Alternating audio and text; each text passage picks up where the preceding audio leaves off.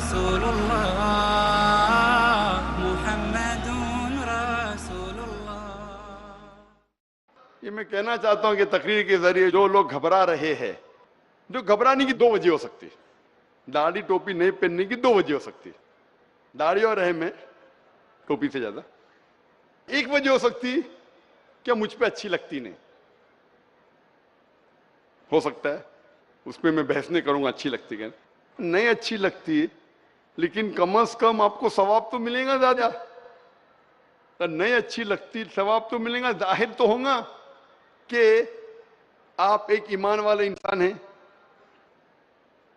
اور دوسری وجہ ہو سکتی ہے کہ آپ گھبراتے کہ لوگ کو پتا چل جائے گا میں مسلمان ہوں، تو آپ چھپانا چاہتے ہیں، یہ ظاہر نہیں کرنا چاہتے ہیں کہ میں مسلم ہوں، کیونکہ آپ بولتے میرا اٹھنا بیٹھنا ہے غیر مسلمان کے بیچ۔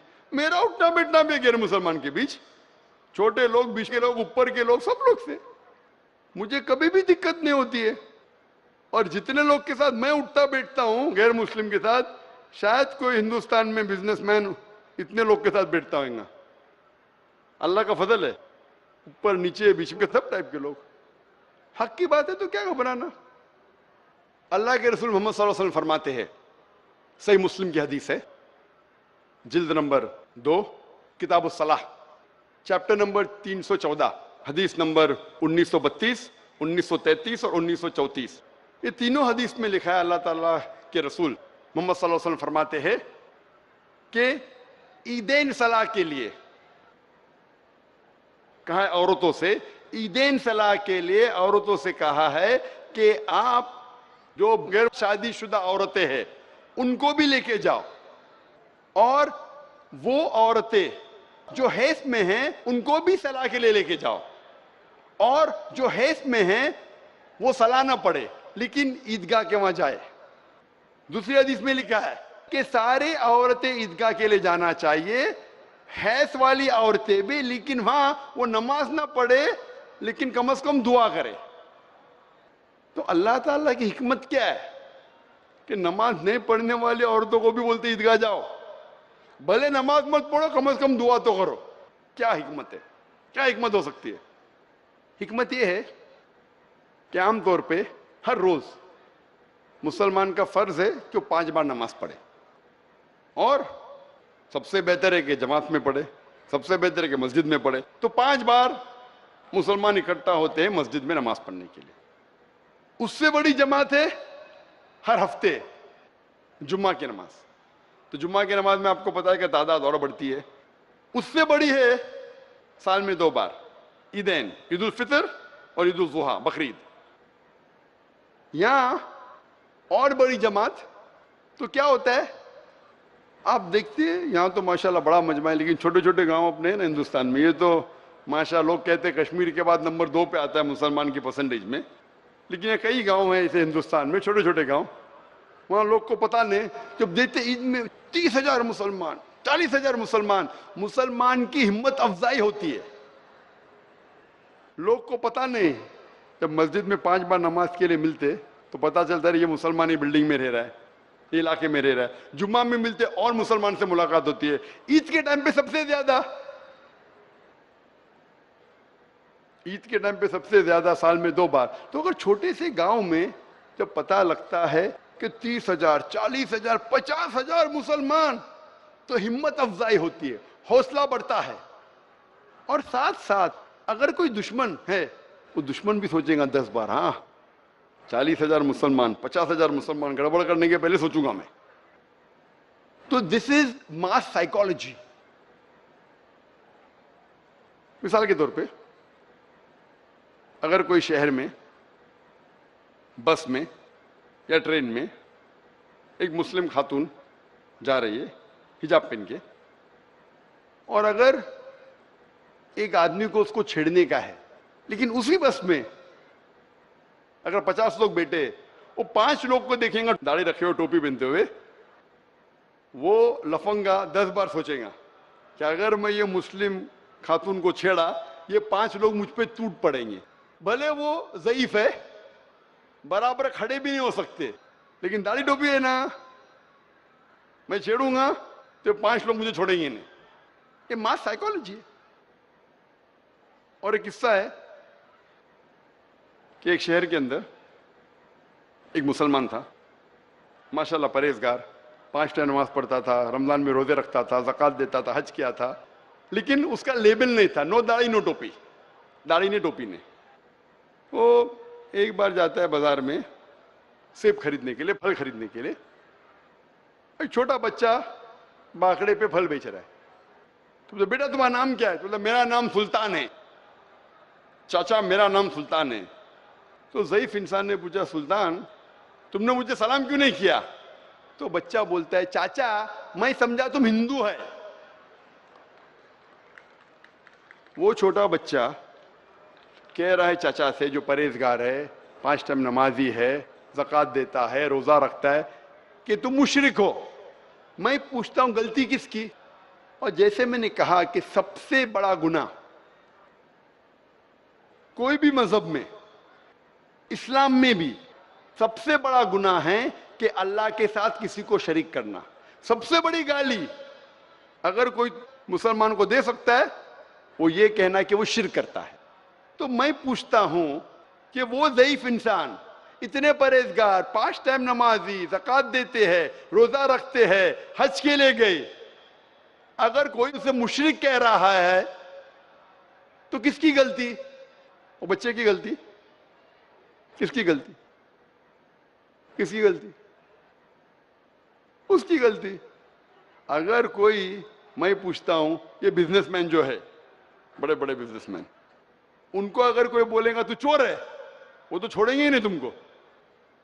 اگر کوئی بڑے بزنس مین کو آپ نے کہا کہ آپ چور ہے, وہ تو تمہاری زندگی خراب کر دیں گے, اپنی پوری طاقت لگا دیں گے, برابر نا.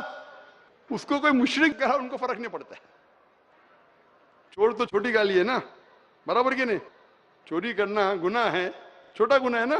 ان کو چور کہیں گے, اتنا برا لگے گا, تمہاری زندگی برباد کر دیں گے. تم چھوٹے انسان ہے, اگر تم نے چور کہا کوئی بڑے بزنس مین کو, وہ تمہاری زندگی برباد کر دیں گے. تم نے ان کو بڑی گالی دی, مشرک کہا, ان کو فرق نہیں پڑتا ہے. کون ذمہ دار؟ کون ذمہ دار؟ اگر آپ کا لیبل آپ کے ارادے کو ظاہر کرتا ہے تو اسے پہن لیجئے. ہر انسان کا نام ہوتا ہے. میں ایک علاقے سے آتا ہوں, مہاراشٹر سے, جسے کہتے کوکن علاقہ. اور کوکن میں جو رتناگری کی ایریا ہے, میں کوکنی ہوں, وہاں ہمارا سرنیم کافی ہندو مسلم ملا ہوا رہتا ہے. مثال کے طور پہ نائک, ٹھاکر, دھامسکر, پاوسکر. مسلم نائک, ہندو نائک. مسلم ٹھاکر, ہندو ٹھاکر. مسلم پاوسکر, ہندو پاوسکر. مسلم دھامسکر, ہندو دھامسکر. ملتا جلتا ہے. اسی طریقے سے گجرات میں آپ جاؤ, دیسائی, شاہ, پٹیل. مسلم دیسائی, ہندو دیسائی. مسلم پٹیل, ہندو پٹیل. مسلم شاہ, ہندو شاہ. ہمارے آخری پیغمبر محمد صلی اللہ علیہ وسلم فرماتے کہ آپ کا جو خاندانی نام ہے اسے وہی رہنا چاہیے. آپ کو معلوم پڑتا ہے کون سے نسل سے آ رہے, تو اکثر خاندانی نام کو نہیں بدلنا چاہیے. لیکن اگر آپ کے ایسے نام ہیں جیسے میرے بھی ہے, تو دیکھو کہ آپ کا پہلا نام کم از کم نام سے پتہ لگے کہ اب مسلمان ہیں. عبداللہ, محمد, ذاکر, سلطان, معلوم پڑنا چاہیے میں مسلمان نام ہے.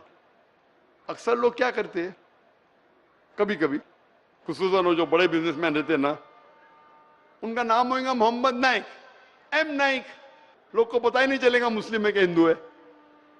ہندو میں بھی میری قبولیت, مسلم میں بھی قبولیت. ماشاءاللہ میری قبولیت ہندوؤں میں زیادہ ہے ان سے زیادہ. میں اپنے آپ کو ذاکر کہتا ہوں, کوئی پرابلم نہیں. کیوں؟ تو ایسا جان بوجھ کے شارٹ نام دینا ایم نائک, تو کیا لوگ سمجھے دونوں جگہ پاس ہو, یا آپ کے نیت میں کچھ کھوٹ ہے؟ آپ کس کو بیوقوف بنانا چاہتے؟ آپ سوچتے کہ نہیں میرے دھندے میں ترقی ہوں گی, نہیں میں زیادہ اس میں آ سکوں گا. تو آپ اکثر دیکھیں گے ٹاپ بزنس مین ہو یا مسلم پولیٹیشین بھی ہو, معاف کرنا کوئی پولیٹیشین ہے تو کم ہے پولیٹیشین جو لیبل پہنتے ہیں, لیکن اکثر فل مسلم علاقہ ہوئے گا تو رکھیں گے داڑھی ٹوپی.